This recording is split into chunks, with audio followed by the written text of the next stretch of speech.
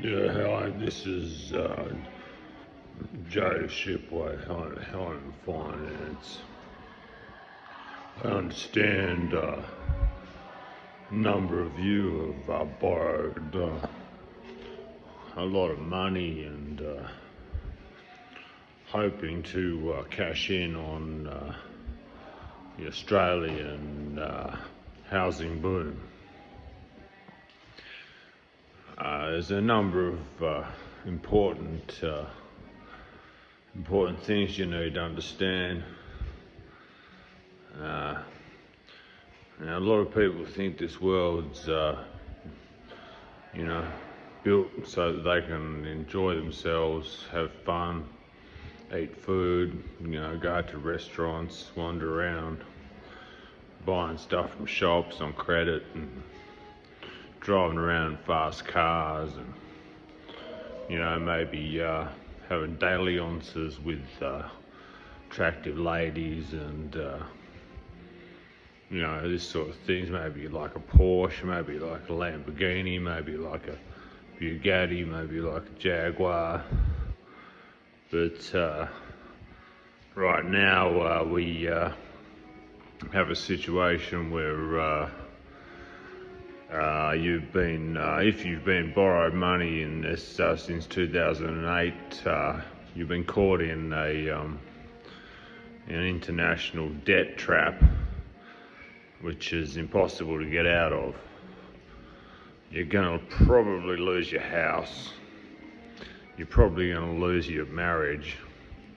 Your children will have no respect for you because they'll know you're broke and that you made foolish decisions.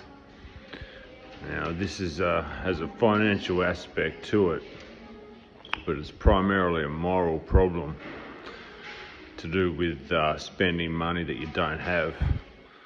Now, I'm not sure if you people are aware of the second commandment of God, which is thou shalt not steal, but if you borrow money from a bank and you don't pay it back, that means you've stolen the money from the bank. Now, banks tend to have repo men, various debt collectors and so on, who don't really care too much about anything other than their own mortgages, and if they don't recoup the bad debts that you may or may not have made with the financial institutions, they themselves will be in the same situation that you're in. Unfortunately, there's nothing really that you can do about it. You've just made a really, really bad decision if you borrowed money at these low rates and haven't factored in the inevitable rate rises that were inevitable. I don't want to sugarcoat it, but in my humble, I haven't done this. I've made millions out of all this because I've been following this for 25 years. I'm a scholar. I've made millions out of this whole process. And I advise that you read Karl Marx, Das Kapital, if you want to understand what capitalism's all about. So it's mainly about banks tricking you into borrowing too much money, and then they foreclose and take everything you have. And I don't know if I'd advise you read The Grapes of Wrath by John Steinbeck and see what happens to people in America in the Great Depression who are in this same situation. I'd like to be able to sugarcoat this, but unfortunately, if you borrowed a lot of money and you can't pay it back, you're either going to break God's second commandment, which is thou shalt not steal, or you're going to have to pay it back over a very, very long period of time.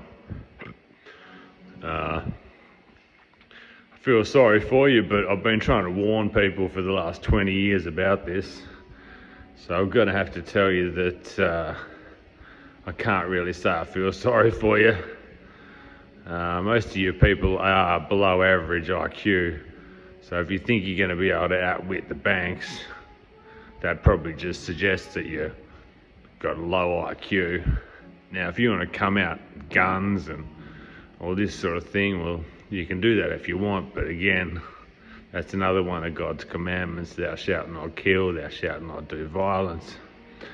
So really, you've got no options now. You're probably going to become debt slaves for the next 500 years, because once you sell your house, you say no one will have any money to buy it. And there'll be no jobs after that anyway. So I just thought I'd pass this message on to you all. Good luck to you. I'm fine, I'm good. I haven't borrowed money in this period of time. I knew it was happening. Anyone who'd been following the markets and had half a brain could tell this market was going to crash. If you couldn't tell it was going to crash, I'm sorry, but you deserve everything that's coming to you. That's all I got to say. So good luck to you, my friends, and buckle up and buttercup my buttercup. Ciao, ciao, ciao.